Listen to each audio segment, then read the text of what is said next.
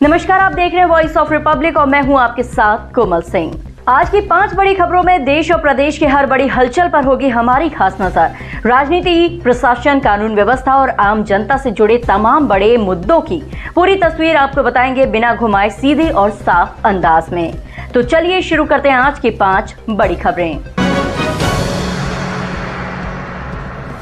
Purvanchal express way के भोलारा toll plaza पर टोलकर्मी से मारपीट और दबंगाई का मामला सामने आया है। आरोप है कि आजमगढ़ के एक ग्राम प्रधान और उनके साथियों ने टोल बूथ में घुसकर टोलकर्मी के साथ लात, घूंसों और डंडों से मारपीट की। घटना का सीसीटीवी फुटेज सोशल मीडिया पर वायरल होने के बाद पुलिस ने मुकदमा दर्ज कर लिया है और आरोपियों की गिरफ्तारी के लिए 4 पुलिस टीमें गठित कर दी गई हैं। मामला 10 अगस्त की रात करीब 9:30 बजे का बताया जा रहा है। पूर्वांचल एक्सप्रेसवे के भोलारा टोल प्लाजा पर आजमगढ़ के खंडौरा भदौरा गांव के ग्राम प्रधान राम सुरेश यादव अपने 3-4 साथियों के साथ कार से पहुंचे थे। बताया जा रहा है कि बूथ नंबर 8 पर टोलकर्मी अतुल विश्वकर्मा ड्यूटी पर तैनात थे। इसी दौरान आगे खड़ी एक गाड़ी का फास्टैग रीड नहीं हो रहा था, जिससे टोल कर्मी ठीक करने का प्रयास कर रहे थे।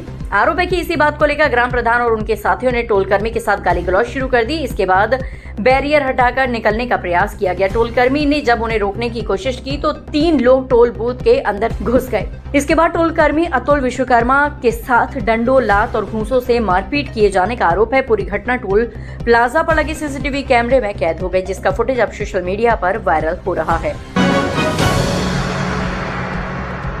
झांसी से इस वक्त की बड़ी खबर सामने आ रही है। माफिया अतीक अहमद के छोटे बेटे अबान अहमद की सड़क दुर्घटना से जुड़ा एक वीडियो सोशल मीडिया पर तेजी से वायरल हो रहा है। वायरल वीडियो में हादसे के दौरान कार हवा में उछलती हुई नजर आ रही है। हादसा इतना भीषण था कि कार बुरी तरह क्षतिग्रस्त हो गई। बताया जा रहा है कि यह हादसा झांसी के पुंछ थाना क्षेत्र में हुआ, जहां अबान अहमद प्रयागराज से झांसी जा रहा था। रिपोर्टों के मुताबिक वह जेल में बंद अपने भाई से मिलने के लिए झांसी जा रहा था। हादसे में अबान अहमद समेत 3 लोगों की मौत हुई है, जबकि 3 अन्य लोग घायल हुए हैं। अब हादसे से जुड़ा एक वीडियो सोशल मीडिया पर वायरल होने के बाद एक बार फिर चर्चा में है। वीडियो में कार के हवा में उछलने का दृश्य हादसे की भयावहता को दिखाता है। हालांकि वायरल वीडियो की परिस्थिति और इसके वास्तविक समय की स्वतंत्र पुष्टि जरूरी है।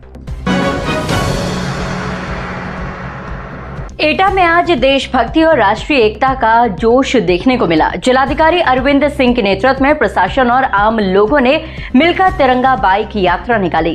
कलेक्ट्रेट से शुरू हुई इस बाइक रैली में बड़ी संख्या में अधिकारी, कर्मचारी, एनसीसी कैडेट्स, सिविल डिफेंस के सदस्य, शिक्षक और शहर के आम नागरिक शामिल हुए। जिलाधिकारी अरविंद सिंह ने जिला मुख्यालय स्थित कलेक्ट्रेट से हरी झंडी दिखाकर तिरंगा बाइक रैली को रवाना किया। इसके बाद तिरंगा हाथों में लेकर बड़ी संख्या में बाइक सवार देशभक्ति के नारों के साथ शहर की सड़कों पर निकले।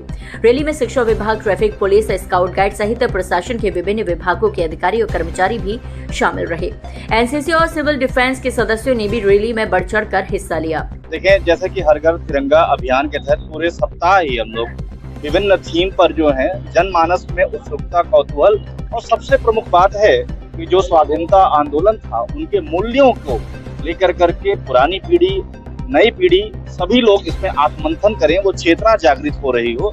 इसलिए डिफरेंट थीम पर हम लोग कुछ न कुछ आयोजन कर रहे हैं। इसी के परिप्रेक्ष्य में आज हम लोगों ने तिरंगा बाइक रैली शुरुआत की है, स्टेडियम तक जो जा रही होगी। इसमें आपने देखा होगा कि समाज के विभिन्न वर्गों के द्वारा इसमें प्रतिभाग किया गया हुआ है। इस प्रकार से कल भी जो है यहाँ पे एक मार्च हो रहा होगा, जिसमें मैं रहूंगा, माननीय प्रभारी मंत्री जी भी रह रहे होंगे और वो हम लोग शहीद पार्क तक लेके जाएंगे। आशा ये है कि जन जागरूकता के रूप में हम तिरंगा यात्रा ये रैली करा रहे हैं। आम जनमानस, एटा के लोग के अंदर पुनः उस चीजों को जो हमारे स्वाधीनता के मूल्य थे उन चीजों को लेकर के जागृति और फैले। तिरंगा बाइक यात्रा कलेक्ट्रेट से शुरू होकर शहर के विभिन्न प्रमुख मार्गों से गुजरी। इस दौरान सड़क पर जहां जहां से रैली निकली वहां लोगों में भी खासा उत्साह देखने को मिला। बाइक रैली के दौरान हाथों में लहराता तिरंगा और देशभक्ति के नारों ने पूरे माहौल को राष्ट्रभक्ति से सराबोर कर दिया। प्रशासन, आम नागरिकों की संयुक्त भागीदारी ने एकता और देश प्रेम का संदेश दिया। कलेक्ट्रेट से शुरू हुई ये तिरंगा बाइक यात्रा शहर के विभिन्न मार्गों से होते हुए स्पोर्ट्स स्टेडियम पहुंची, जहां रैली का समापन किया गया। कुल मिलाकर एटा में निकली इस तिरंगा बाइक यात्रा ने लोगों को राष्ट्रीय एकता, भाईचारे और देश के प्रति समर्पण का संदेश दिया। एटा में सावन के पावन महीने में शिव भक्ति का अनोखा नजारा देखने को मिला।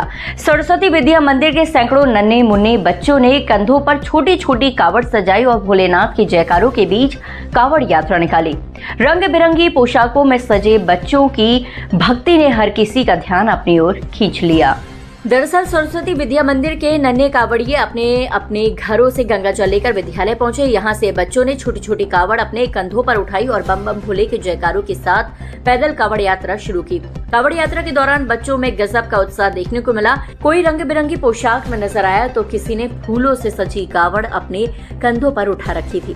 रास्ते भर भोलेनाथ के जयकारों से माहौल भक्तिमय बना रहा। कावड़ यात्रा भ्रमण करते हुए रेलवे रोड स्थित हनुमानगढ़ी मंदिर पहुंची, जहां नन्हे कावड़ियों ने गंगा जल से भगवान भोलेनाथ का जलाभिषेक किया और सुख समृद्धि की कामना की।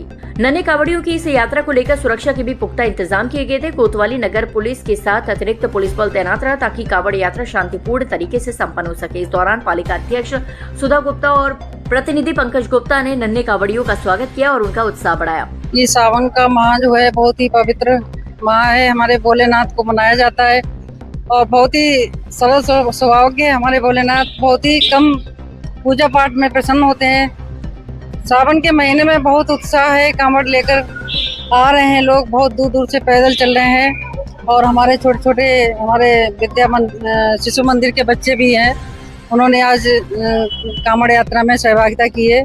तो सभी बच्चों को शुभकामनाएं देती हूँ और बहुत बहुत धन्यवाद व्यक्त करती हूँ। कुल मिलाकर एटा में नन्हे कावड़ियों की ये यात्रा आस्था, भक्ति और संस्कारों की खूबसूरत तस्वीर पेश करती नजर आई। मासूम बच्चों ने कावड़ उठाकर भगवान भोलेनाथ की भक्ति का संदेश दिया और हर किसी को अपनी ओर आकर्षित किया। नोएडा से इस वक्त की बड़ी खबर सामने आ रही है, जहां जर्जर हो चुके सरकारी फ्लैट्स में रहने वाले लोगों के सामने अब बड़ा संकट खड़ा हो गया है। नोएडा अथॉरिटी ने सेक्टर 31 के सी ब्लॉक में बने 128 जर्जर फ्लैट्स को खाली करने के लिए नोटिस जारी किया है। अथॉरिटी की टीम ने इन फ्लैट्स पर बाकायदा नोटिस चस्पा किए हैं। बताया जा रहा है कि इन फ्लैट्स की हालत बेहद दयनीय है। कई जगहों पर बिल्डिंग और फ्लैट्स जर्जर हालत में दिखाई दे रहे हैं, जिसके चलते यहां कभी कभी बड़ा हादसा होने की आशंका बनी हुई है। सबसे बड़ी बात यह है कि इन जर्जर फ्लैट्स में अभी भी बड़ी संख्या में लोग रहने को मजबूर है। इनमें BSNL, पोस्ट ऑफिस, पुलिसकर्मी और दूसरे सरकारी विभागों से जुड़े कर्मचारी भी शामिल हैं।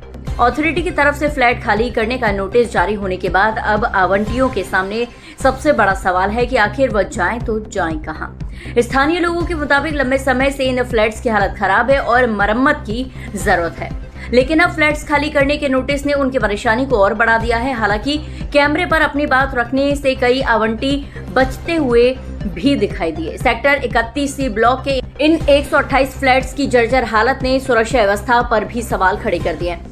अगर इमारतें वास्तव में रहने के लिए असुरक्षित हैं, तो लोगों की सुरक्षा सबसे बड़ी प्राथमिकता है। वहीं दूसरी तरफ आवंटियों का सवाल भी बेहद अहम है कि अगर उन्हें फ्लैट खाली करना है तो उनके रहने की वैकल्पिक व्यवस्था कौन करेगा। फिलहाल नोएडा अथॉरिटी के नोटिस के बाद इन जर्जर फ्लैट्स में रहने वाले लोगों की चिंता बढ़ गई है। अब देखना होगा कि अथॉरिटी आगे क्या कदम उठाती है और क्या इन लोगों के लिए कोई वैकल्पिक व्यवस्था की जाती है। कैमरे पर जर्जर फ्लैट्स की तस्वीरें आप इस पूरे मामले की गंभीरता खुद बयां कर रही है। तो ये थी आज की 5 बड़ी खबरें। अगर आपको हमारा ये अंदाज पसंद आया हो तो वीडियो को लाइक जरूर करें, अपने दोस्तों तक शेयर करें और voice of Republic YouTube channel को सब्सक्राइब करना ना भूलें। आपकी राय हमारे लिए बेहद अहम है, इसीलिए कमेंट करके बताइए कि आज की कौन सी खबर आपको सबसे ज्यादा महत्वपूर्ण लगी। मैं फिर मिलूंगी ऐसी ही तमाम बड़ी और जरूरी खबरों के साथ। तब तक के लिए नमस्कार।